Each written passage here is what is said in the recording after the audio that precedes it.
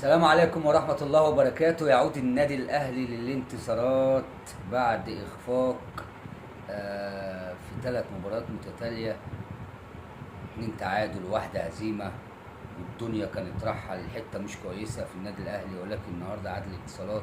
كان في 3 لقاءات النهاردة، ختام الأسبوع السابع، وادي دجلة وطلائع الجيش. وادي دجلة بيقدم عظمة بصراحة، حبايب بدون اهداف على مدار الشوط، متوازن من الفريقين.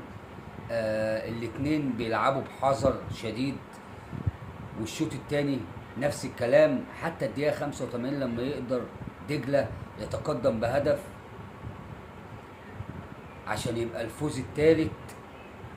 هدف في الدقيقة 85 يخلي دجلة يحصد 3 نقاط، الفوز الثالث على التوالي مع الكابتن محمد الشيخ.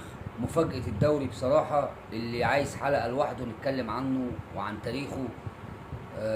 راجل محترم وعارف ربنا، وربنا موفقه، ماشي كويس جدا مع دجلة.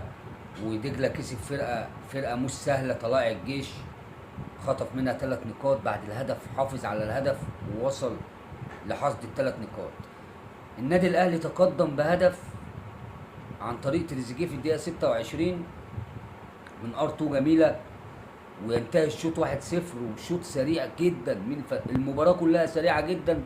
يمكن لو اطلقنا اسم على هذه المباراة، مباراة التحولات من الدفاع للهجوم ومن الهجوم للدفاع، وضغط بطول الملعب وبعرض الملعب.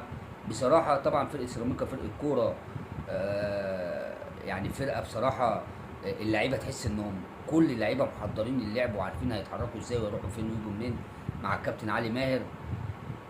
وحاول سيراميكا واهدر فرص، وبسام نجم سيراميكا النهارده تصدى لاكتر من هدف. كانت النتيجه ممكن تبقى 2 أو 3، ولكن النادي الاهلي حافظ باستماتة على الفوز علشان يرجع للطريق الصحيح، ويبدا يظبط كابتن عماد النحاس اللي جاي. الف مبروك للنادي الاهلي العوده للانتصارات. ثم حرس الحدود وسموحه. طبعا حرس الحدود يا جماعه السنه دي مع الكابتن عبد الحميد بسيوني ماشي زي الفل، ونتائج جميله، يمكن من الفرق اللي ما فقدش الا 8 نقاط بس على مدار ال6 أسابيع قبل المباراه دي. يعني نادي الحرس السنه دي ماشي في الخمسه اللي قدام من الاسبوع الاول لحد الاسبوع السادس.